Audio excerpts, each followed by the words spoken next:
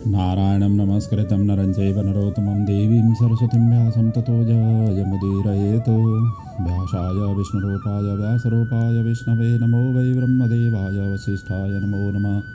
गुरुर्ब्रह्मा गुरुर्विष्णुः गुरुर्देवो महेश्वरः गुरुर्साक्षात् परब्रह्म तस्मै श्रीगुरवे नमः। भक्तिभक्त भगवन्त गुरु चतुर्नाम बपुये किनके पगबंधन किए नाशे विघ्ननेक।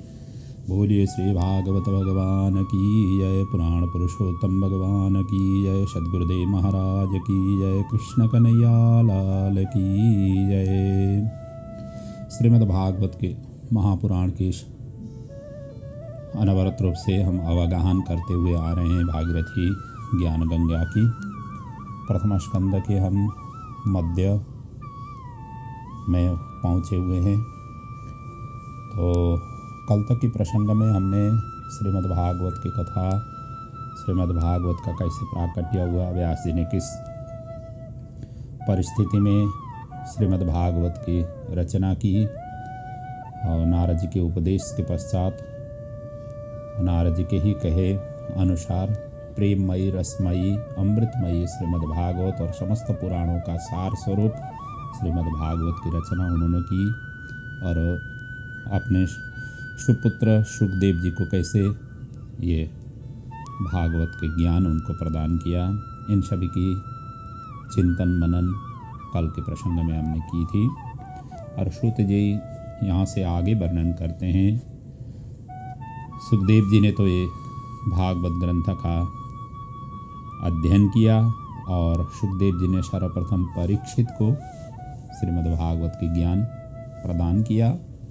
एक ही बार उन्होंने कथा की, और एक से ही ये अनेक होते हुए आज जन जन के प्रिय श्रीमद् भागवत बना हुआ है। सभी विद्वानों की प्रिय बना हुआ है, सभी कथाकारों का प्रिय है। और वैसे भी कहा गया है कि श्रीमद् भागवत विद्यावतम भागवते परीक्षा। यदि विद्या की परीक्षा करनी हो तो भागवत से की जाती है, विद्वानों की परीक्षा। तो ऐसा श्रीमद् भागवत और सुखदेव जी ने कैसे परीक्षित जी को श्रवण कराया, इसके विषय में अब यहाँ से परीक्षित का जन्म प्रसंग को यहाँ पर उल्लेख है, और परीक्षित की जीवन चरित्र का प्रसंग यहाँ से आगे वर्णन है। तो आगे और इस प्रसंग में महाभारत के कुछ अंशों को यहाँ पर लिया गया है, जो महाभारत की अंतिम अवस्था थी, युद्ध की जो अंतिम अवस्था हो गई थी, वहाँ पर कैसे घटना घटी, इनका पहले स्मरण किया गया है। सूत जी आगे वर्णन करते हैं। यदा मृधे कौरवसृञ्जयानां वीरेष्वथो वीरगतिं गतेषु वृकोदराविद्ध गधाविमर्श भग्नुरुदंडे धृतराष्ट्रपुत्रे। सुत जी कहते हैं, हे ऋषियों, उस समय की बात है जब महाभारत के युद्ध में सभी कौरव मारे गए और पांडवों की विजय श्री प्राप्त हुई। अंत में युद्ध में विशाल भीमसेन की गदा ने दुर्योधन का उरुदंड भेदन कर दिया, जंगा को तोड़ दिया, और मूर्छा अवस्था में दुर्योधन को छोड़ करके पांडव अपने शिविर में पहुँचे। उस समय एकांत में दुर्योधन के पास अश्वत्थामा आया। कुरुक्षेत्र की भूमि में अनेक शव बिखरे पड़े हुए थे। कई हिंसक जीव खाने के लिए झपटे रहे थे, कई गीध आकाश में दृष्टि डाले हुए और जहाँ पर चाहते हैं वहीं पर जाकर बैठ जाते हैं। कई गिद्ध दुर्योधन का भी मृत देह समझ करके आते हैं। घायल अवस्था में दुर्योधन के उन्हें भागते भागते अत्यंत संतृप्त हो रहा है। तो ऐसी अवस्था वहाँ पर सृजना हुई थी, और ऐसी दुर्दशा में जब अश्वत्थामा ने देखी तो विकल हो गया, और दुर्योधन के पास आया, मित्र, मैंने तुम्हारा वह वैभव देखा, वह दिव्य साम्राज्य देखा, और आज ऐसे उस महापुरुष को ये हाल, ये दुर्दशा, बताइए आपके लिए मैं क्या कर सकता हूँ। मैंने तुम्हारा नमक खाया हुआ है, तुम्हारे बहुत सारे एहसान हैं मेरे पर, बोलिए तुम्हारी क्या इच्छा है, मैं क्या कर सकता हूँ। दुर्योधन ने कहा, मित्र, हम 100 भाई थे पर आज एक नहीं है। इससे अधिक पीड़ा इस बात की है कि मेरे शत्रु जो 5 भाई थे उनमें से एक भी नहीं मर पाया। और सबके सब ज्यों के त्यों हैं। 5 में से एक भी चला जाए, एक की भी संख्या कम हो जाए तो मेरे चित्त में कुछ तो संतोष मिले। अश्वत्थामा ने कहा, तो मित्र, यदि तुम्हारी अंतिम इच्छा यही है तो ठीक है, तुम एक बात की कर लो कि मैं 5 का सिर काट करके अभी लाता हूँ। ऐसा कहते हुए दुर्योधन को उसने आश्वासन दिया। उसके पश्चात अश्वत्थामा अब 5 पांडवों को वध करने के लिए उद्यत हुआ। और उसको बैर भी था कि पांडवों ने उनके पिताजी का वध किया हुआ था, इसलिए भी वो बदला की भावना से पहले से ही प्रताड़ित था।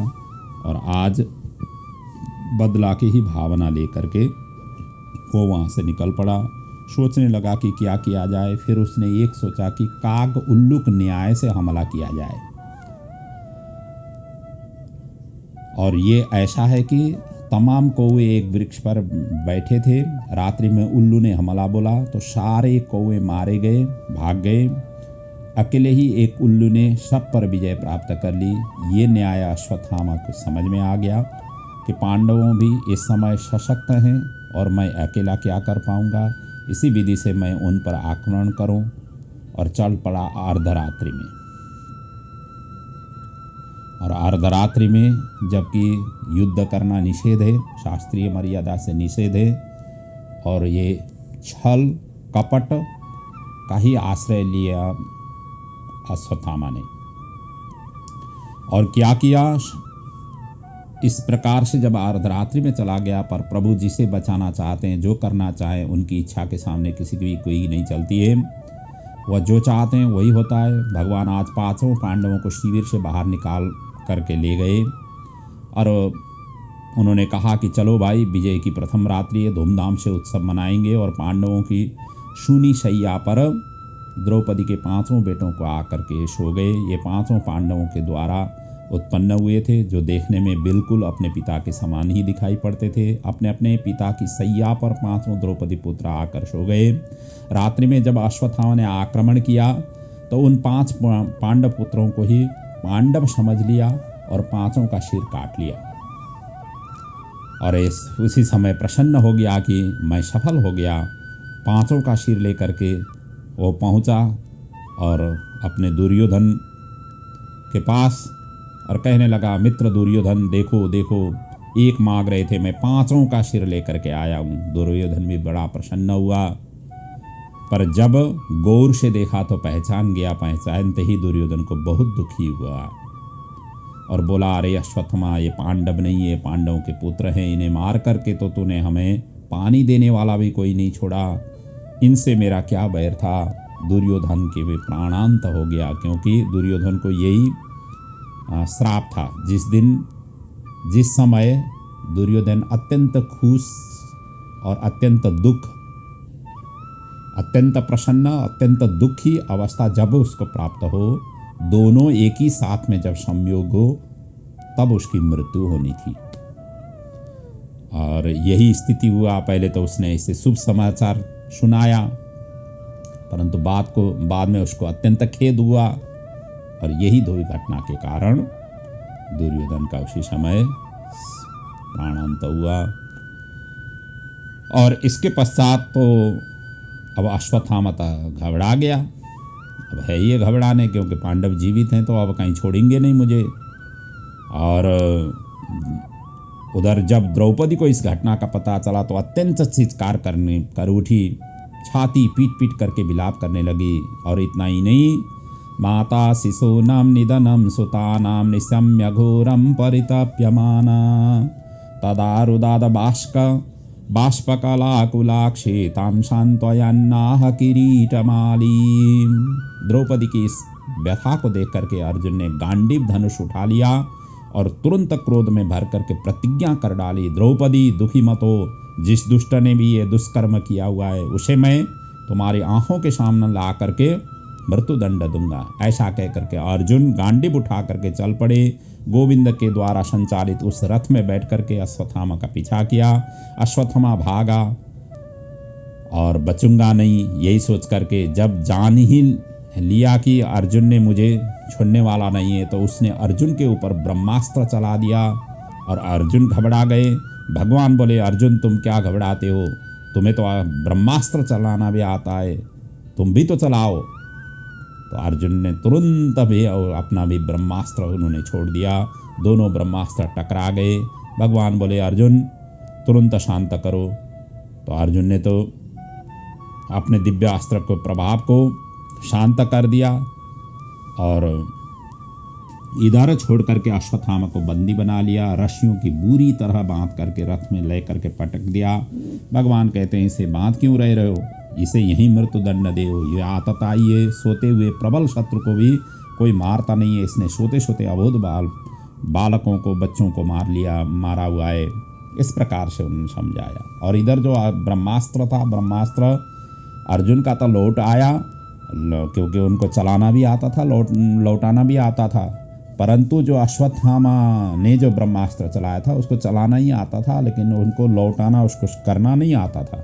इसलिए वो ब्रह्मास्त्र ढूंढते हुए, क्योंकि पांडवों के संहार के लिए उसने ब्रह्मास्त्र छोड़ा हुआ था, इसीलिए वो ब्रह्मास्त्र सीधा जा करके जो ब्रह्मास्त्र का बीज स्वरूप, पांडवों का जो बीज स्वरूप था, उत्तरा के गर्भ में पांडवों के बीज वहाँ पर स्थित था। इसलिए ये ब्रह्मास्त्र जा करके उत्तरा के गर्भ में उस बीज को नष्ट करने के लिए वहाँ पर पहुँचा। और इधर जब इस तरीके से जब भगवान श्री कृष्ण ललकार रहे हैं कि इसको मार लो, अभी यहीं पर वध करो, इसने सोते सोते अबोध बच्चों को मार लिया है, इस तरीके से समझा रहे हैं। क्योंकि शास्त्र भी यही आज्ञा दे देती है कि मत्तम प्रमत्तम उन्मत्तम सुप्तम बालम स्त्रियम जड़म प्रपन्नम विरथम भीतम नरीपु हंति धर्मवित। धर्मविता पुरुष स्त्री को, बालक को, मतवाले को, पागल को, सोते हुए शत्रु को कभी नहीं मारते। और उनमें से ही ये है कि इसने अधर्म किया हुआ है, अर्जुन छोड़ना मत।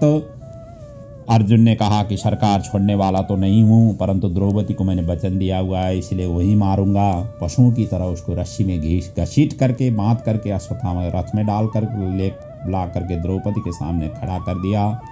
जो द्रौपदी की दृष्टि अश्वत्थामा पर पड़ी, तुरंत ही खड़ी हुई और अश्वत्थामा को रस्सियों से खोलने लगी। कहती है, मुच्यताम मुच्यताम वेशा ब्रह्मणो नितराम गुरु। क्या कर रहे हो महाराज, ये ब्राह्मण देवता है, और केवल ब्राह्मण ही नहीं, आपके गुरुदेव का पुत्र है। अरे गुरुपुत्र तो गुरुदेव के समान ही वंदनीय होना चाहिए, और आपने इसे बांध रखा हुआ है। भूल गए हो गुरुदेव के एहसान को। सहराश्यो धनुर्वेद सविसर्गोपशम्यमः। आपके गुरुदेव ने आपको सबसे परम प्रिय शिष्य मान करके वह अस्त्र के सहित, उनके रहस्य के सहित आपको समझाया हुआ है, पढ़ाया हुआ है। जो किसी को नहीं दिए हुए हैं वो आपको दिए हुए हैं।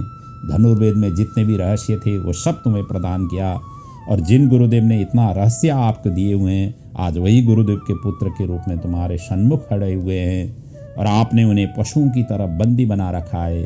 अश्वत्थामा रस्सियों से बंधाया, नीचे सिर झुकाए खड़ा हुआ है। कर्म ही इतना जुगुप्सित किया हुआ है कि अपना पाप कर्म के कारण कभी निगाह उठा करके किसी से आंख नहीं मिलाता। अश्वत्थामा स्वतः लज्जित हो गया। द्रौपदी उन्हें मुक्त करने की प्रार्थना कर रही है। अर्जुन बोले, देवी तू क्या कह रही है, तू भूल गई, तुम्हारे एक नहीं 5-5 पुत्रों को सोते सोते इसने समाप्त कर दिया, और इस पर तुम इतनी दया दृष्टि रख रही हो। तो कहती है कि मैं तो पुत्र शोक हुई हूँ, अब इसकी माता की भी क्यों यही कलंक हो जाए, वो उनको भी क्यों पुत्र शोक में प्राप्त हो जाए।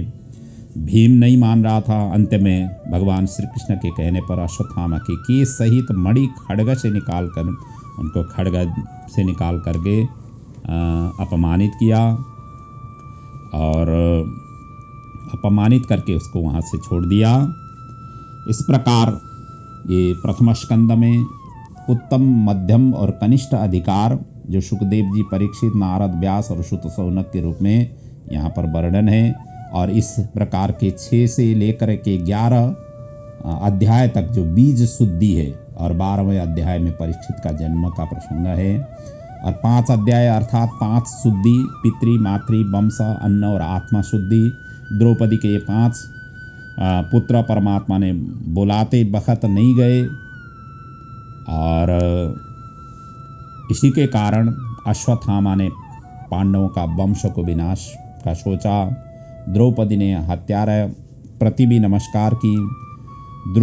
दूसरे को मत रुआओ, खुद रो, रोने से पाप निकलता है, दुखी होने से पाप निकलता है। भगवान के आगे बैठ कर के आप भी यदि आंसुओं से अश्रु प्रवाह हो रही है, उनकी याद करते हुए अश्रु प्रवाह हो जाए तो समझ लेना चाहिए हमारे पाप यहाँ से सभी एक के बाद दूसरे निकलते जा रहे हैं, उन्हीं आंसुओं से निकलते जाते हैं। तो ब्राह्मणों का अपमान मृत्यु से भी बढ़कर है। मणि निकालने से अश्वत्थामा और क्रोधी बन गए। और शुद्ध जी आगे वर्णन करते हैं। इसके बाद पांडव मृत बंधुओं को जल देने के लिए गंगा तट पर गए। श्री कृष्ण जी ने संतप्त पांडव, गांधारी, विदुर, धृतराष्ट्र आदि का काल की गति बलवती कहते हुए उन्होंने समझाए। युधिष्ठिर को राज्याभिषेक करा करके 3 अश्वमेध यज्ञ कराए। चौतरफे उनका सुयश फैला। तब श्री कृष्ण द्वारिका उद्धव और सात्विकी को लेकर के जाने ही तैयारी में थे। उसी समय उत्तरा रोती चिल्लाती बिखलाती हुई वहाँ पर आप पहुँची, क्योंकि अश्वत्थामा का जो ब्रह्मास्त्र था वो ब्रह्मास्त्र उत्तरा के गर्भ में असह्य पीड़ा देने पहुंचा और इसीलिए भगवान श्री कृष्ण के शरणापन्न होने के लिए वहाँ पर पहुंची। वंश विनाश की ओर अश्वत्थामा लग पड़ा हुआ था। जीव ही परीक्षित है, गर्भ में परमात्मा ही रक्षा करते हैं और यदि परमात्मा रक्षा गर्भ में नहीं करें, डॉक्टर आदि यदि रक्षा करते हो तो डॉक्टरों के घर से कैसे महाप्रयाण हो जाती, वो तो अजर अमर बन पाते। तो रक्षा करने वाले प्रभु ही हैं, सभी के रक्षक वही है। तो आज जो महामारी है, विपत है, इसकी रक्षा भी प्रभु ही करेंगे। प्रभु का ही एक आश्रय लेकर के हमें आगे बढ़ना है, प्रभु की ही अंग संग रह करके उनसे हिम्मत लेकर के आगे बढ़ना है। इसलिए अधिक से अधिक प्रभु को याद करना है, चाहे कथा के माध्यम से, चाहे धर्म ग्रंथों के अध्ययन के माध्यम से, या श्रवण के माध्यम से, या भजन कीर्तन के माध्यम से, किसी भी तरीके से न के न प्रकार न प्रभु को याद करते हुए अपने ऊर्जा शक्ति को सबल और प्रबल बनाना है।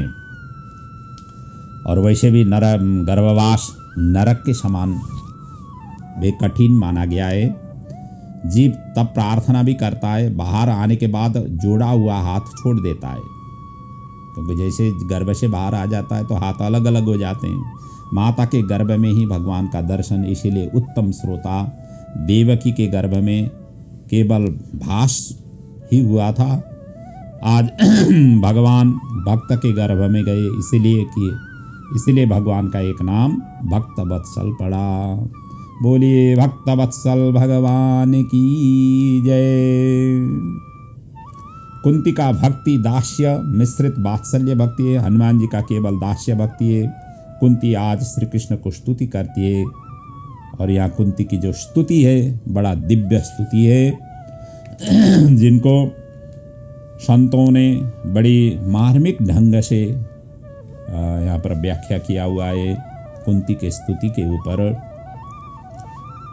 और उन्होंने गर्भ रक्षा किया। हे भगवान, जब भी हमारे ऊपर आपत आई, आपने हमेशा हमेशा हमेशा हमें साथ दिया, आपने हमें रक्षा की। विष मोदक से, लाक्षा भवन से, हिडम्बा आदि दैत्यों से, द्यूत सभा से, वन की क्लेशों से, संग्राम से और ब्रह्मास्त्र से। इसलिए मेरी एक ही ख्वाहिश है, एक ही प्रार्थना है आपसे कि वो अब आज से आपको मानना पड़ेगा, क्योंकि आपने ये हमें हमेशा हमेशा आपने मुझे हमारी परिवार की रक्षा की। इस तरीके से उन्होंने यहाँ प्रार्थना की। प्रार्थना करके कहा कि विपदः सन्तु न शाश्वत तत्र तत्र जगद्गुरो भवतो दर्शनं यत् स्यात् अपुनर्भवदर्शनम्।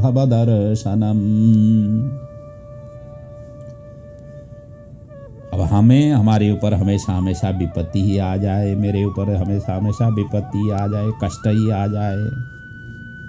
देखिए कुंती की जो प्रार्थना है भगवान से क्या मांग रही है।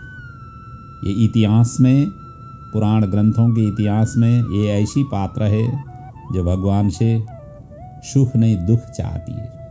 मुझे दुख दे दो। देखिए जीवात्मा प्रभु के आगे जा कर के क्या मांगता है। जीवात्मा तो हमेशा हमेशा सुख और ऐश्वर्य वैभव के लिए ही प्रार्थना करता है। और इतना ही नहीं, प्रभु हमें ये करो वो करो, अनेक प्रकार की मनोकामनाएं की जितने भी है वो सारा का सारा न्यौछावर भगवान के आगे करने लग जाता है। परंतु यहाँ द्रौपदी कुंती ये कह रही है कि विपतः शंतुनः शाश्वत, हमारे ऊपर आपत्ति ही आ जाए और आपत्ति आने से क्या होगा, दुख आने से क्या होगा, उसको बचाने के लिए आप आ जाएंगे और आपकी बार बार दर्शन होगा उसी बहाने। देखिए ये है उनकी अंतर्दृष्टि, अंतर्भावना। और आपत्ति आई नहीं तो भगवान को याद नहीं करेंगे, और याद नहीं करेंगे तो भगवान दूर हो जाएंगे। और यदि हमें सुख और ऐश्वर्य वैभव आदि हमने मांगा तो भगवान ने वही प्रदान किया, तो भगवान से हम दूर हो गए, हम भूल जाएंगे। तो यही है, मानव, सामान्य मानव भी अतिशय सुख में भगवान को भूलते हैं। और वैसे भी 4 मद है, विद्या, जवानी, द्रव्य और अधिकार। महाभारत में प्रत्येक रोग के कारण ये मद था। भगवान को याद करो, ये मद समन हो जाती है। सगुण भक्ति का साकार करने पर भी आसक्ति नहीं जाता। कुंती ने यहाँ 26 श्लोकों से स्तुति गाई और अंतिम में कही स्नेह पाश इमं छिंदी। और यहाँ सारा का सारा उन्होंने याद की। ये जो प्रसंग हैं उनके जीवन में जो जो घटना घटी, उनके सामने में जो जो घटना घटी, और जहाँ जहाँ भगवान श्री कृष्ण ने मदद किया, जिस जिस क्षेत्रों से पांडवों को बचाया, उन सभी की यहाँ पर इन्होंने दिव्य स्तुति ये 26 श्लोकों से यहाँ पर की हुई है। और इस तरीके से उन्होंने प्रार्थना की, गोप्या ददे त्वयि कृता गसिदामतावात याते दशाश्रु कलिलांजन संभ्रमाक्षम भक्तं निनीय भय भावनया स्थितस्य सामं विमोहयति भीरपि यद बिभेति।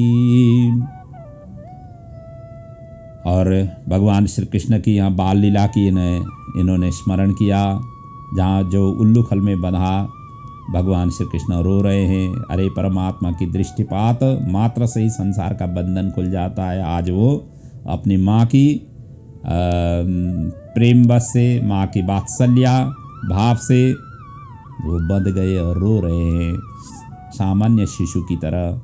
और वह परमात्मा खुद बंधा हुआ है। वह दृश्य मेरे मन को मोहित कर देता है, मैं विमोहित हो जाती हूँ। बस प्रभु एक ही प्रार्थना है कि आप स्नेह पासामिमं छिंदिम दृढ़म पांडुषु वृष्णुषु, कि मेरे मन में जो पांडवों में थोड़ा चिपका हुआ है, जो स्नेह पास पांडवों में बंधा हुआ है, और वृष्णि वंशियों में, यदि वंशियों में जहाँ मैं पैदा हुई, वसुदेव आदि भाइयों के प्रति इन दोनों रस्सियों को आप काट डालो, पर आप अपने चरण कमल में मेरी चित्त को लगा लो। स्नेह पास आपके अतिरिक्त कोई मेरा बांध नहीं हो, बंधा नहीं है, न हो, जब सब जगह की डोरी आप काट दो। इस तरीके से उन्होंने प्रार्थना की। कुंती मैया ने जब ये दिव्य भावना प्रकट की तो भगवान गदगद हो गए, प्रसन्न होकर के बोले, बुआ यदि इतना आपका प्रेम है तो अब हम द्वारिका जाते ही नहीं। और भगवान ने तुरंत द्वारिका की यात्रा स्थगित की, कुंती बुआ के साथ उनके भवन में प्रविष्ट हो गए। और इसके पश्चात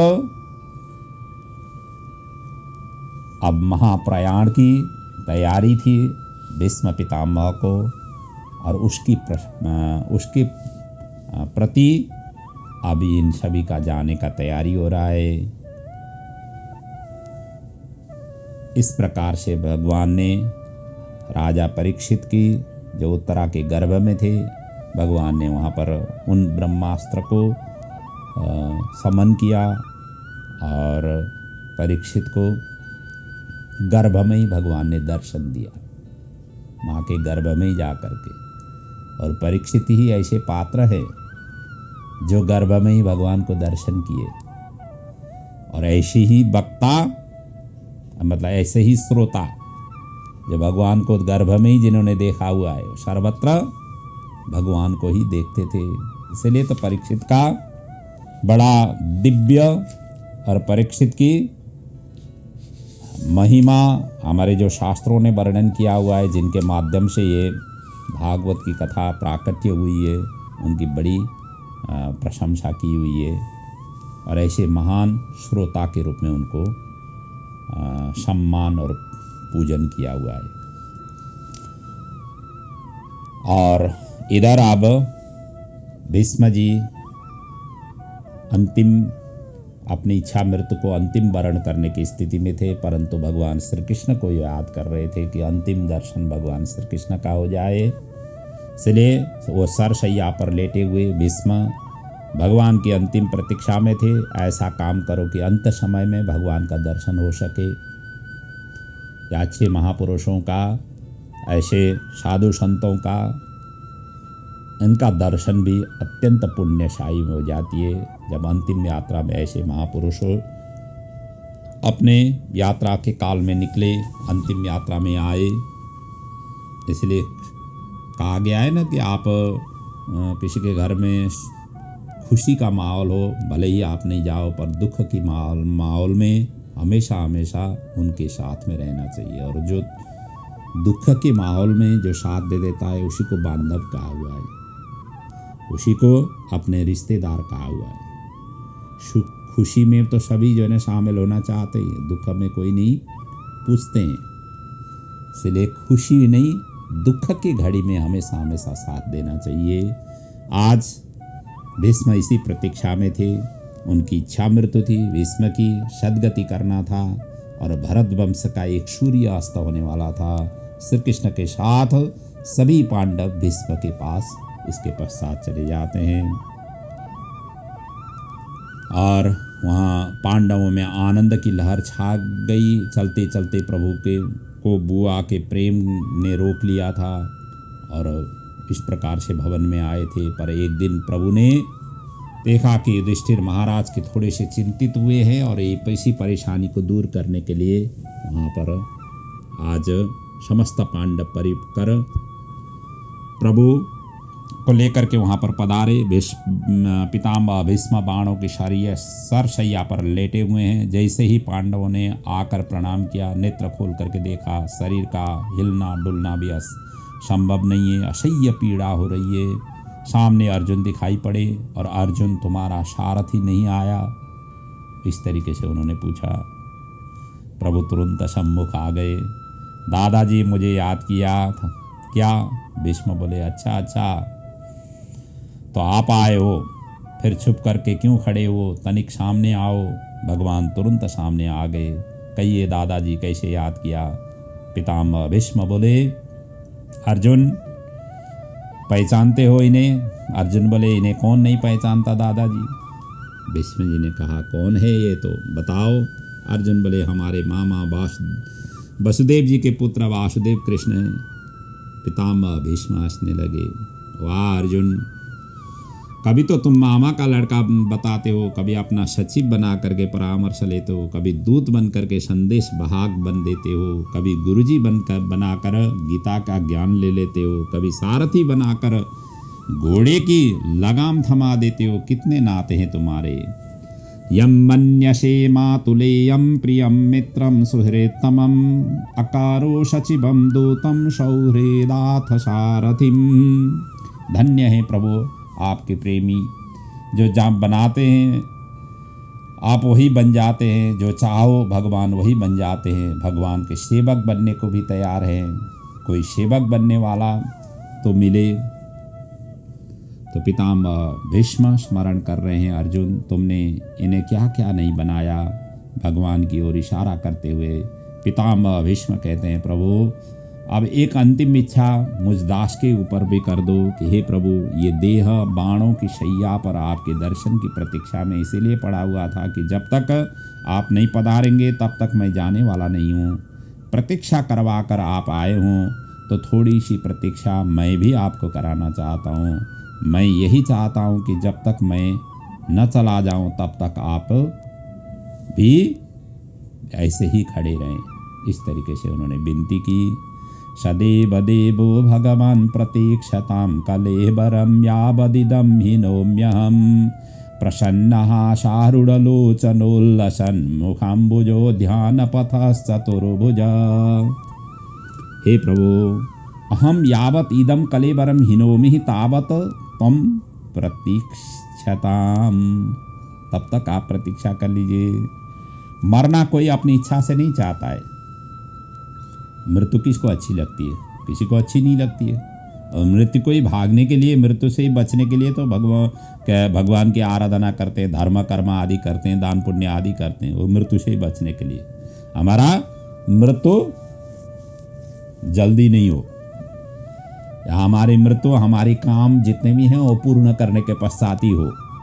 और अंतिम अवस्था में भी जब इंद्रियां सारा का सारा शैथिल्य हो जाए तो भी आदमी जीना चाहता है, मरना कोई नहीं चाहता है। और मरने की ही वो मृत्यु है, इसीलिए धर्म भी करता है, पाप से बचने की कोशिश करता है कि मेरा मृत्यु सुधर जाए, पापी को नरक जाना पड़ेगा, इसलिए तो धर्म कर्म आदि करता है। यदि आपने इच्छा से ही मेरी मृत्यु होती तो शायद कोई मरना ही नहीं चाहता, परंतु भीष्म पितामह ने को स्वेच्छा मृत्यु का वर प्राप्त है। वह जब तक न जाना चाहे तब तक वो मौत भी नहीं मार सकती। इसलिए कहते हैं कि जब तक मैं इसे कलेवर को त्याग न जाऊं तब तक प्रतीक्षा आप कीजिए और ऐसे ही खड़े रहिए। और आगे जा कर के भगवान की मुस्कान भरी, जिसने एक बार देख ली, क्योंकि हासम हरेरबनितः खिललोक तीव्रम शोकाश्रुसागर विशेषण मृत्युदारम। मानव के जीवन में जो शोक सागर है वह सब सूख जाता है। भगवान की मुस्कान को देखते ही खारा पानी जो भरा हुआ है वो खाली हो जाता है, और प्रभु की मुस्कान का दर्शन करते ही उस पात्र में दिव्य प्रेमामृत भर जाती है। भगवान की मुस्कान पर मुग्ध हो गए श्री पितामह भीष्म धर्मराज की ओर इशारा किया।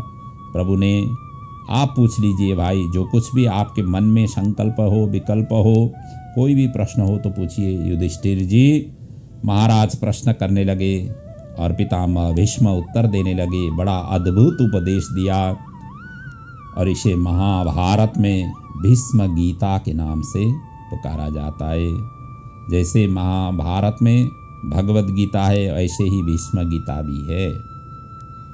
भीष्म जी ने यहाँ पर गीता गाई है, जिसमें क्या क्या वर्णन है।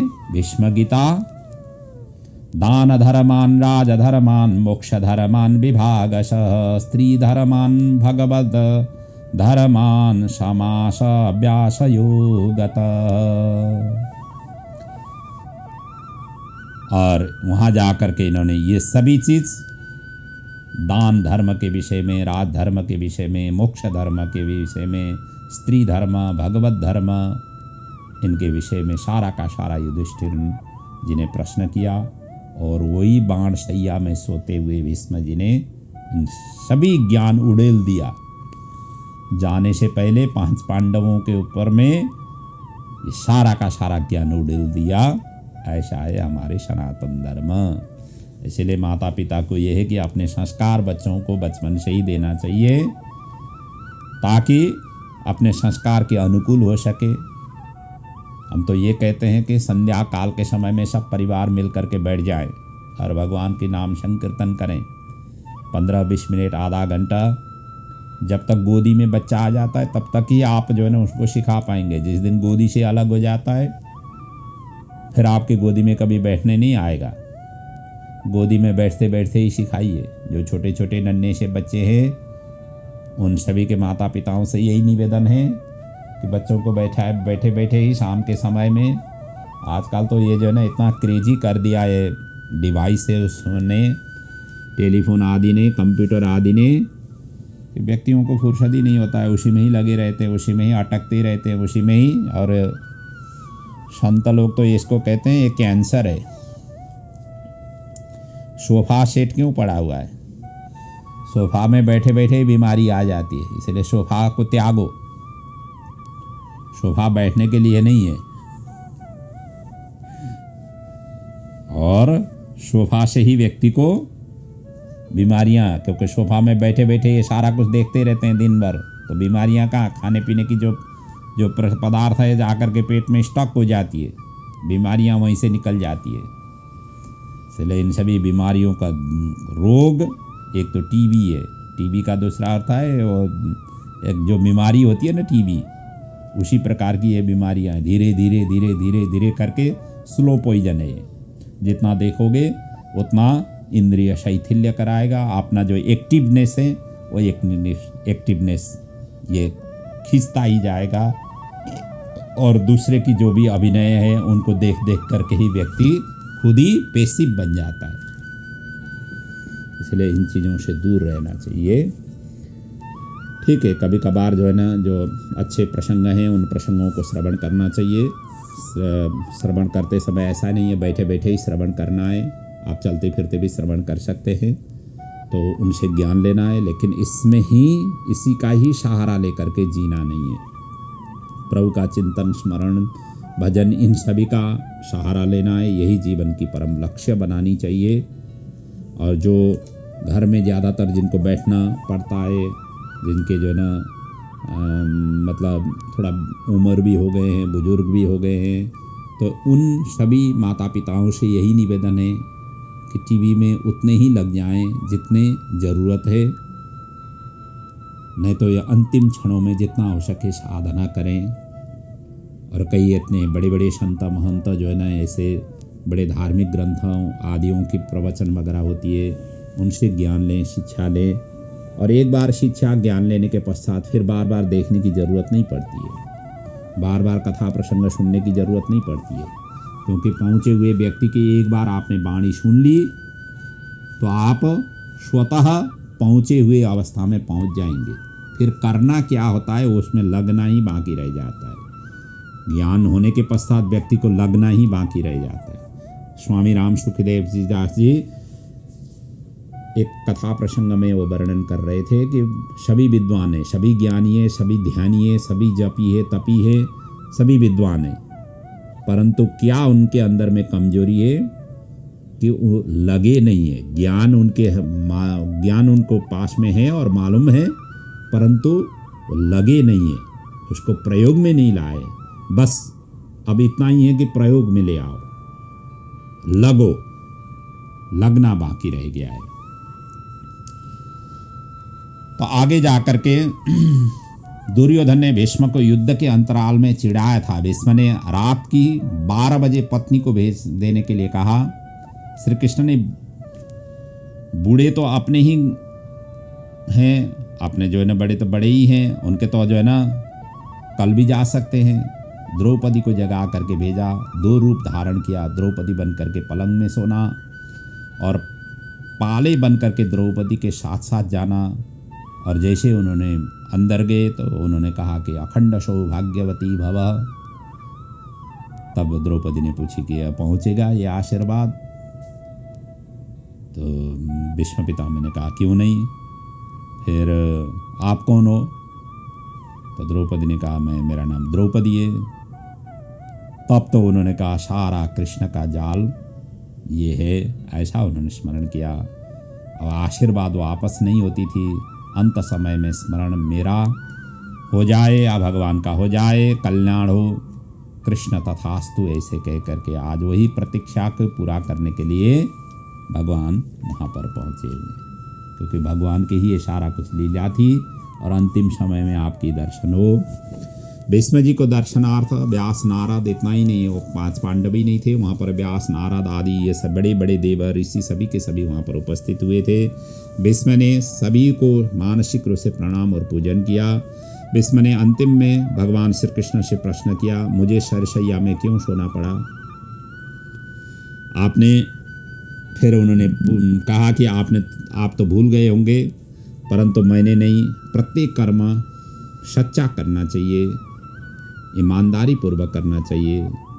भगवान कहते हैं, जब द्रौपदी का राजसभा में निर्वस्त्र कर रहे थे, आपको नहीं पूछी कि मुझे ये क्या करना चाहिए? उसने पूछी तो थी कि जो पति हार चुका है उसकी पत्नी कैसे दाव में लगाएंगे? आपने क्या उत्तर दिया? क्योंकि आप वहाँ पर ज्येष्ठ श्रेष्ठ थे, आपको उस समय इस समस्या की समाधान करनी थी, परंतु आपने क्या किया? आपने कुछ नहीं किया, आप चुप हो गए। यही पाप के कारण आपको इस शरशैया में पड़ना पड़ा। कहते ना, हे कृष्ण द्वारिका वासिन क्वाशी यादव नंदने कौरवै परिभूता माम किमने जानसि केशवः। कहते हैं, विष्णु सहस्त्र नाम 12 वर्ष तक 2 बार पाठ करो तो सुबह शाम दिव्य शक्ति प्राप्ति होती है। भोजन की नियम से जैसे ही वैसे ही भजन करना चाहिए। जीव तो कपटी है, मंदिर में जा करके 1000 रुपया का दान करके करोड़ों का जग्गा धन और अपने प्रॉपर्टी हाथ मारने के लिए ऐसे भगवान के आगे प्रार्थना करता है। जीव कपटी है। वकील का वो लाखों को दान करता है, वकील की जो भी फीस है, डॉक्टरों की जो भी फीस है, वो देने के लिए उसको कोई समस्या नहीं होती है, परंतु भगवान की पूजा के लिए ब्राह्मणों को बुला लेते हैं, ब्राह्मण को दुखी बना करके भेजते हैं। क्योंकि ब्राह्मण वो कह नहीं सकते हैं, लेकिन ब्राह्मण के मंत्र उच्चारण नहीं हो जाए तो उनका कल्याण नहीं होता है। तो ये है, भगवान को जब पूजा के लिए अर्पण करना हो तो ऐसे कपड़े वो अर्पण करते हैं जो कपड़े कभी यूज कहीं भी किसी भी तरीके से कपड़े यूज नहीं हो पाती है, ऐसे कपड़े की वो चढ़ाते हैं, ऐसे ऐसे पदार्थ चढ़ाते हैं। और मांगना जो है ना करोड़ों की होती है। जब भी भगवान की सेवा आराधना करिए, बड़ी सुंदर, अपने से भी सुंदर चीज़ों को अर्पण करना चाहिए। आपने जो इच्छित है उनसे भी सुंदर अर्पण करना चाहिए। जब ब्राह्मण घर में आए हुए उनको दुखी नहीं करना चाहिए। यथाशक्ति, यदि आप पहले तो बुलाना ही नहीं चाहिए, बुला लिया तो उनको अच्छी तरह से उचित सत्कार सम्मान देना चाहिए। ये है, परंतु जीव कपटी है, कपट का ही सहारा लेकर के जिंदगी निकाल लेता है। भगवान कहते हैं कि कम से कम जो वकील को लिए दक्षिणा दिया हुआ है उतना तो दान करो, उतना तो पुण्य करो।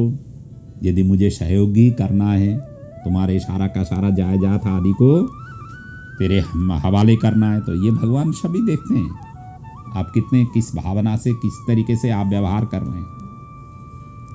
तो ये है, युधिष्ठिर ने शरशैया में लेटे भीष्म को मन की शांति के लिए विविध, यहाँ पर वही दान धर्म आदि का इन्होंने प्रश्न पूछा था, और इन सभी का उन्होंने वर्णन करने के पश्चात अंतिम में पितामह भीष्म ने 11 श्लोकों से भगवान की यहाँ पर दिव्य स्तुति प्रारंभ कर लिया।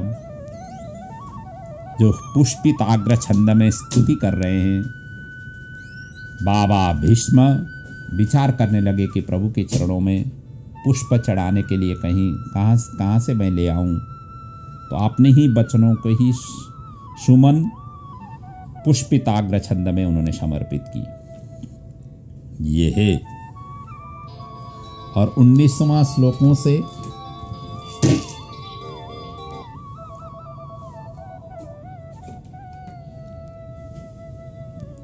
यहाँ पर 19वां श्लोक से उन्होंने प्रार्थना की, पुष्पिताग्र छंद में उन्होंने प्रार्थना की।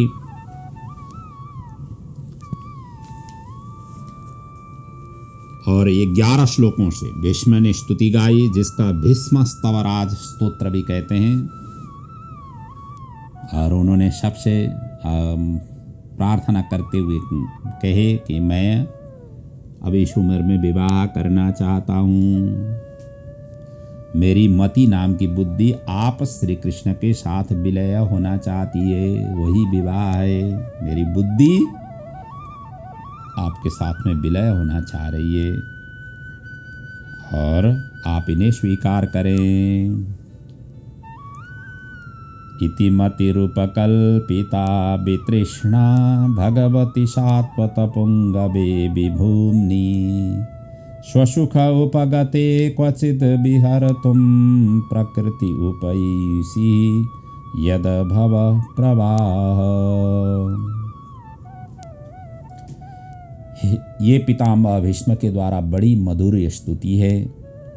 पितामह भीष्म कहते हैं कि प्रभु, इस देह यात्रा को संपन्न करने से पूर्व बस एक मेरी ये छोटी सी अभिहिता जो बिटिया है, जो मति है, ये कुंवारी है, इनको मैं छोड़ करके जाऊंगा तो मेरा अधूरापन रहेगा। ये बेटी का सुंदर वर ढूंढते ढूंढते मैं परेशान हो गया था और आज आप ही सामने हैं, आप इन्हें स्वीकार करें। भगवान मुस्कुराए, बाबा विवाह तो तुम्हारी ही नहीं हुआ है, फिर तुम्हारी बेटी कहाँ से आ गई? तो पितामह भीष्म कहते हैं कि ये जो भी मेरी बुद्धि है उन्हीं को ही मैंने बिटिया माना हुआ है। अच्छा, तो वर नहीं मिलता है तो फिर जा कर के उन्होंने, भगवान श्री कृष्ण ने उनकी बातों को स्वीकार किया कि मेरी मति में सबसे बड़ी योग्यता है कि इसमें कोई तृष्णा नहीं है। संसार में किसी की बुद्धि है जिसमें तृष्णा न हो, क्योंकि कोई वित्तैषणा से ग्रसित हैं, कोई पुत्रैषणा से ग्रसित हैं, कोई लोकैषणा से ग्रसित हैं, और यही तीन ईषणा ही व्यक्ति फंसा हुआ होता है। इसलिए रामचरितमानस में तुलसीदास जी कहते हैं ना, सुतवित्तलोक ईशनातीनी केहि के मतीन कृतन मलिनी।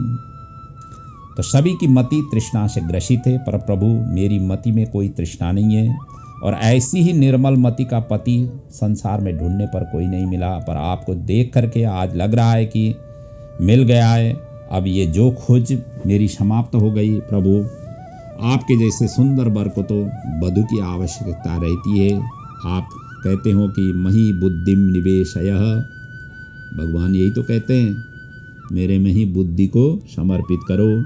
अतः यह निर्मल मति आपको समर्पित है। प्रभु, त्रिभुवन कमनीय आपकी श्याम छटा पर पीत पीताम्बर ऐसा दमक रहा है जैसे तमाल वृक्ष की श्याम छटा पर सूर्य की रश्मियाँ पड़ने पर जो दिव्य शोभा होती है, वही आपके इस श्याम विग्रह पर पीताम्बर की शोभा हो रही है। याद आता है वो क्षण जब युद्ध में अर्जुन आपको आदेश देता था कि सेनयोरुभयोर मध्ये रथम स्थापयमेच्युतः, दोनों सेनाओं के बीच में मेरे रथ को ले चलो, देखूं तो सही कि मुझसे युद्ध करने कौन कौन आए हैं। तब भगवान उनके रथ हाँकने के लिए लगे, जहाँ दोनों विशाल सेनाओं के बीच में रथ को खड़ा किया, और भगवान बोले, अर्जुन देख लो, हम तो बीच में ही आकर खड़े हैं, अब तुम ही बीच में ही खड़े रहना, इधर उधर मत डगमगा जाना। पर जब अर्जुन ने देखा तो डगमगा गया, हाथ पांव फूल गए। राम राम जिनके चरण छूता था, जिनकी गोदी में खेलता था, जिनकी अंगुली पकड़ करके चलता था, क्या मुझे उनसे युद्ध करना पड़ेगा? क्या इन्हें मारना पड़ेगा? अर्जुन का हृदय कांप गया। इसलिए कहा गया ना, शपति सखी बचो निशम्य मध्य निज परयोर बलयोरथम निवेश्य स्थितवती पर सैनिकायुरक्षणा हृतवती पार्थ सखीरतिर्ममास्तु। त्रिभुवन कमलं तमालवर्णं रविकरगौरवराम्बरं दधाने वपुरला ककुलाभ वृताननाब्जं विजय सखीरतिरस्तु मे न बद्या। और इसीलिए मैंने आपकी दर्शन अटूट रूप से हो, इसलिए आपके विरुद्ध में मैंने प्रतिद्वंदी होकर के युद्ध किया, क्योंकि एक ही पंक्ति में इधर के पांडवों के ही पंक्ति में रह जाते तो भगवान की दर्शन नहीं हो पाती थी। भगवान भी पांडवों की पंक्ति में थे, इसलिए मैंने विरुद्ध कौरवों की पंक्ति में इसीलिए मैं खड़ा हुआ कि आपका मैं दर्शन कर सकूं और आपके चरणों में मेरी मति भेंट कर रहा हूँ। मानव जीवन की अंतिम परीक्षा मृत्यु होती है। मृत्यु तभी सुधरता है जब प्रत्येक क्षण ईश्वर की भक्ति हो। भीष्म जी के शरीर से इसके पश्चात दिव्य तेज निकल करके भगवान में जा करके लीन हो गई। स्वंतः श्वास उपारमत, जैसे लीन हो गई उसी समय आकाश में दंदुभी बजे। महाभारत की युद्ध में श्री कृष्ण ने शस्त्र नहीं उठाने की प्रतिज्ञा किया था। भीष्म को घमंड आया, मैं गंगा पुत्र युद्ध में अर्जुन को मूर्छित बनाकर भी बाण चलाने लगे। श्री कृष्ण रथ से उतर गए, सुदर्शन चक्र छोड़ने ही लगे थे। भीष्म ने स्तुति गाए। भगवान भक्त की प्रतीक्षा पूरा कर देते हैं। इसलिए भीष्म उत्तरायण में, अभी समय था उत्तरायण में उनका देह विसर्जन उन्होंने किया। संत की मृत्यु उत्तरायण में होती है। उत्तरः आयनम यस्य सः उत्तरायणः। तो उत्तरायण का अर्थ ये भी है कि उत्तरा के साथ में जिनकी भगवान रहे। एक तो अर्थ ये परीक्षित का भी नाम है कि उत्तरा के गर्भ में भगवान जाकर के रक्षा किए। और उत्तरायण दूसरा है कि दक्षिणायन और उत्तरायण, जो अभी है दक्षिणायन चल रहा है। और मकर संक्रांति के पश्चात श्रावणी संक्रांति पर्यंत ये उत्तरायण का समय शास्त्रों में वर्णन है। और दक्षिण दिशा में यमपुरी है और नरक लोक है। इसलिए दक्षिणायन में मृत्यु होने के पश्चात नरक यात्रा करनी पड़ती है, नरक जाना पड़ता है, इसका ये अर्थ है। और नरक का अर्थ है अंधकार। मृत्यु तो उजाले की ओर जाना चाहिए। साधन भक्ति से ही साध्य भक्ति मिलती है। इसलिए ईश्वर तब तक कृपा नहीं करते हैं जब तक जीव प्रयत्न नहीं करता है, क्योंकि जीव की जैसे प्रयत्न प्रारंभ होगी वैसे ही प्रभु कृपा करने आगे आ जाते हैं। ये है स्वरूप। इसलिए तो कहा गया है कर्मण्येव अधिकारस्ते मा फलेषु कदाचन। कर्म करो, प्रयत्न करो, लगे रहो, किसी भी कार्य में लगे रहो तो ही सफलता होगी। और लगना ही छोड़ दिया तो कहाँ से भगवान आपको साथ देंगे, सहयोग देंगे। इस प्रकार के यहाँ पर वर्णन है। आगे जा करके कहा गया है ना कि एक भजन, देहांत काले तुम सामने हो, मुरली बजाते मन को लुभाते, गाता यही हूँ पुनरेपि देव्यः गोविंद दामोदर माधवेति, गोविंद दामोदर माधवेति। अंतकाल भगवान का अंग संग, उनकी अंग संग हो, यही हर जीवात्मा की लक्ष्य होनी चाहिए। उसी प्रकार से साधना करनी चाहिए। यदि साधना उस तरीके के लगे हुए हैं तो आप निश्चय ही इसी जीवन से ही हमारा कल्याण होने वाला है। यदि उस तरीके की जीवन आपने अपनाना छोड़ा हुआ है, अर्थात अपनाया नहीं हुआ है अभी तक, तो अपनाने की कोशिश कर लीजिए। जिस दिन कोशिश होगी उस दिन से आपकी कल्याण प्रारंभ होने लग जाएगी। यही शिक्षा हमारे सदग्रंथ में प्रदान कर रही है। ये अमर गाथा श्रीमद् भागवत प्रदान कर रही है। आगे जा कर के सूत जी कहते हैं, अब युधिष्ठिर का यहाँ पर राज्याभिषेक का वर्णन है। भगवान श्री कृष्ण का द्वारिकागमन तथा मार्ग में उनका गुणगान का यहाँ पर वर्णन है। इसके पश्चात युधिष्ठिर हस्तिनापुर के राज्य करने लगे। राज्य में समय में वर्षा होती थी, पृथ्वी शस्यशालिनी थी, गौ के थनों से दूध बहता था। धर्मराज के राज्य में धर्म की भी शिक्षा दिया जाता था। धर्म करने से अपूर्ण भी पूर्ण हो जाता है। आरोग्यम भास्करेत इच्छेत मोक्ष इच्छेत जनार्दनात्। आरोग्य की इच्छा हो तो भगवान सूर्य की उपासना करनी चाहिए। और मोक्ष की इच्छा हो तो जनार्दन की उपासना करनी चाहिए। यह हमारी शास्त्र प्रदान करती है। सूर्य नारायण की उपासना से किए बिना बुद्धि शुद्ध नहीं होती है। बुद्धि के जो स्वामी हैं भगवान सूर्य नारायण है, और मन के जो स्वामी हैं चंद्रमा है। मन को स्थिर करनी हो तो चंद्रमा की उपासना करनी चाहिए। बुद्धि को स्थिर करनी हो भगवान सूर्य नारायण की उपासना करनी चाहिए। कम से कम द्वादशादित्य की स्मरण करने चाहिए। युधिष्ठिर सूर्य नारायण की उपासना करते थे। सूर्य नारायण ने एक अक्षय पात्र दिया था, द्रौपदी उसी में खाना बनाती थी। राम भी सूर्य की उपासना से ही रावण का मृत्यु नाभि में है ऐसे पता लगाने में और सक्षम हुए थे, और अंतिम में इस वही कारण बन गया था। उनके नाभि की ही भेदन करने से उनका मृत्यु करने में सफल हुए थे। धृतराष्ट्र और गांधारी सप्तस्रोत तीर्थ में गए। उसके पश्चात भगवान अर्जुन उद्धव सात्यकी को लेकर के द्वारिका गए। मार्ग में भगवान की पुष्प वृष्टि हुई, स्वागत आदि हुआ। 6 मास के बाद कलयुग आने वाला था। कली अर्थात कलह, कृष्ण कीर्तन जहाँ पर होती है उस घर में कली आ नहीं सकता है, छू नहीं सकता है। इसलिए निरीक्षेणा नाभिनंदना सस्मितेन ययौ हरिहि। भगवान श्री कृष्ण ने मार्ग में सबकी पूजा ग्रहण करते हुए, सभी को आशीर्वाद देते हुए, भगवान सायंकाल जब सूर्य अस्ताचल में गामी हो चुके थे तब ये द्वारिका समीप पहुँचे।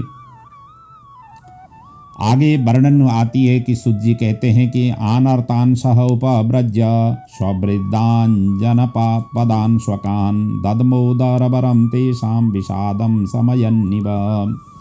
द्वारिका के समीप पहुँच करके भगवान ने अपना शंख बजाया। सभी ने स्वागत की, स्तुति की। नगर ध्वजा पताकाओं से सुशोभित था। मार्ग में पुष्प सुगंध फैला हुआ था। यथा योग्य भगवान ने सभी को प्रणाम, आलिंगन, कर स्पर्श, सस्मित निरीक्षण आदि किए। अतिथि अपने ही मेहमान होते हैं। अतिथि भगवान के स्वरूप होते हैं, उनकी सेवा करनी चाहिए। अतिथि की सेवा नहीं करने से क्या होगा? एक उपनिषद में यह वर्णन आती है, नाचिकेता यमराज के घर में 3 दिन तक भूखे रहे बैठे। वो गए थे यमराज, 3 दिन तक वो भूखे ही बैठे। और यमराज ने 3 दिन के बाद में पूछा क्या लिया। उनको पूछा गया तो उन्होंने क्या लिया, तो उन्होंने कहा कि आपकी पुण्य। ये होती है अतिथि यदि निराश होकर के अपने घर से लौट जाता है तो अपना जितना भी पुण्य है वो पुण्य भी लेकर के चला जाता है, जो अभी तक कमाया हुआ है पुण्य है। और इतना ही नहीं, जब सूतक के समय में भगवान के स्पर्श करते हैं उस समय भी यही होती है कि जितने भी पुण्य है वो चला जाता है। इसलिए सूतक के समय में साथ ये है कि जो पुण्य संचय किया हुआ है सूतक के समय में भगवान को स्पर्श इसलिए निषेध किया गया है। जो जनन और मरण दोनों प्रकार की सूतक अपने रिश्तेदार में जो लगती है। और आगे जा कर के अर्जुन के यहाँ मध्य रात्रि में, कहते हैं ना, अर्जुन के यहाँ मध्य रात्रि में उर्वशी आई थी। जब ये स्वर्ग में गए थे तो अर्जुन ने मुख में भी, उन्होंने मुख ही नहीं देखा और उन्होंने कहा कि माता मैं तो भरतखंड वासी हूँ, मेरे लिए तो परस्त्री माता के समान है। इस तरीके से उन्होंने प्रणाम किया था, क्योंकि इनके ही वंश से ही, उर्वशी के ही वंश से पूर्वा आदि का उत्पन्न हुआ है, जो नवम स्कंद की कथा में हमें श्रवण करने को मिलेगा। और उन्हीं के ही वंशधर ही हैं। तो आप तो जो है ना हमारे वंश के प्रवर्धक हैं, आपके हम संतान हैं, आप तो हमारी माता हैं, पूजनीय हैं, वंदनीय हैं। और इसीलिए उर्वशी कुपित होकर के वहाँ पर बताई कि जो अप्सराएं हैं वो किसी की माता नहीं होती है। इस तरीके से कहने पर उन्होंने श्राप दे दिया, जो नपुंसक होने का श्राप दे दिया। और नपुंसक होने की जो श्राप का समय था 1 साल की, जो उन्होंने यहाँ गुप्तवास में राजा विराट के यहाँ उन्होंने ये प्रयोग में ले आए थे। तो कहते हैं जीव आनंद शोक भोग में किया हुआ सभी चीज़ों का खर्च का वो हिसाब नहीं करता है, परंतु ब्राह्मण आदि को कहीं दान पुण्य आदि करने का हो, ऐसी स्थिति में वो हिसाब करता है। इसलिए दुर्योधन ने 4 मास तक दुर्वासा आदि ऋषियों को भोजन कराया और वर मांगा। द्रौपदी ने भोजन करने के बाद आप जाना, और वो भी आप अकेले ही नहीं, 10,000 शिष्यों के लेकर के जाना और भोजन की याचना उनके पास में करना। इस तरीके से उसने दुर्वासा ऋषि से प्रार्थना की। कुविचार से किया हुआ कार्य से अपना ही विनाश होता है। 4 मास भोजन करा करके सर्वनाश का उसने भिक्षा मांगा। युधिष्ठिर ने आपने बड़ा कृपा की, जब वो जा कर के भोजन उन्होंने मांगी तो युधिष्ठिर कह रहे हैं कि आपने बड़ा कृपा की। 10,000 शिष्य सहित मिल करके द्रौपदी ने स्तुति की और अंत में उनको आशीर्वाद प्राप्त हुआ। भगवान श्री कृष्ण आकर के उनकी सभी को तृप्ति कराए कि उस अक्षय पात्र के कोने में कोई भी अनाज की कण हो तो कण का भोग लगाने से सभी के सभी तृप्ति हो गए। भगवान श्री कृष्ण ने उस एक साग की जो पत्ती थी, वो पत्ती उसके कोने में पड़ा हुआ था, वही साग पत्ती भगवान ने ग्रहण की। उधर 10,000 शिष्य सहित दुर्वासा के सभी पेट पूर्ण रूप से भर गए, अर्थात भोजन से परिपूर्ण हो गए। उन्होंने प्रसाद पाने की जरूरत ही नहीं पड़ी। और यहाँ तक की कथा आज की प्रसंग में है। अब राजा परीक्षित का जन्म प्रसंग, उनकी जीवन लीला की प्रसंग, यह कल के प्रसंग में हम वर्णन करेंगे। आज की कथा को यहीं पर विराम ले रहे हैं। प्रभु आपके जीवन में खूब मंगल हो, खूब तरक्की हो, उन्नति हो, प्रगति हो और जीवन खूब सुमधुर रूप से आगे बढ़े। इस महामारी से जुड़ने की शक्ति, हिम्मत, बल एवं अवसर भगवान आपके श्री भागवत महापुराण भागवत ग्रंथ आपके जीवन में प्रदान कर सकें, यही प्रभु के चरणों में वंदन प्रार्थना सहित मैं आज की कथा को यहाँ विराम ले रहा हूँ। ओम पूर्णमदः पूर्णमिदं पूर्णात् पूर्णमुदच्यते पूर्णस्य पूर्णमादाय पूर्णमेवावशिष्यते। ओम शांति शांति शांति। ओम बोले श्री भागवत भगवान की जय। पुराण पुरुषोत्तम भगवान की जय। सद्गुरुदेव महाराज की जय।